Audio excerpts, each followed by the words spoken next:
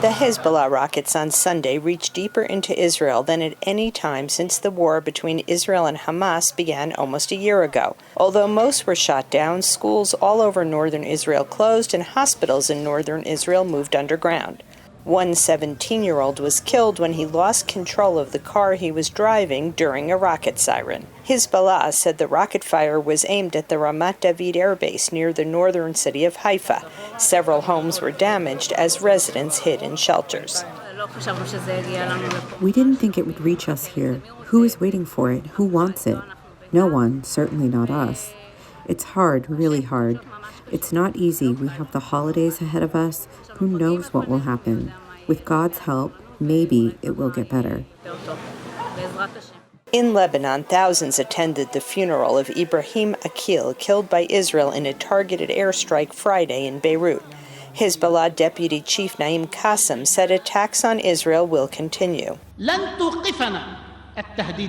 Threats will not stop us, and we are not afraid of the worst-case scenario. We are ready to face all military possibilities.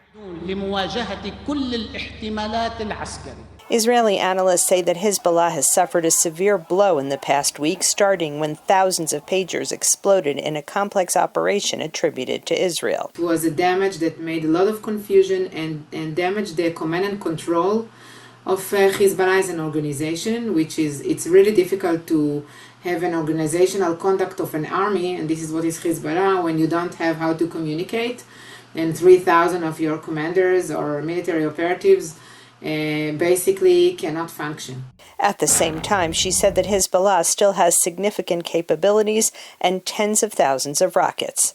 Israeli Prime Minister Benjamin Netanyahu says the Hamas attack on Israel on October 7th was unprovoked, and Hezbollah joined the attacks on Israel the next day. No country can accept the wanton rocketing of its cities. We can't accept it either.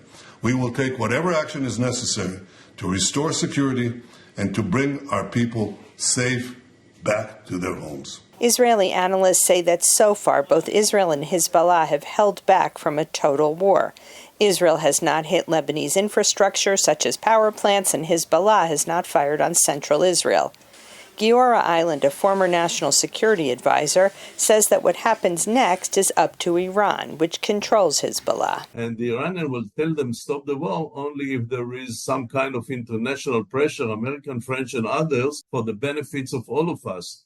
The Americans, the Iranians, and others, it is better to stop this escalation, because if we do not stop it, it will probably bring not only to total war between Israel and Hezbollah, but as many people estimate, it might create actually a regional war.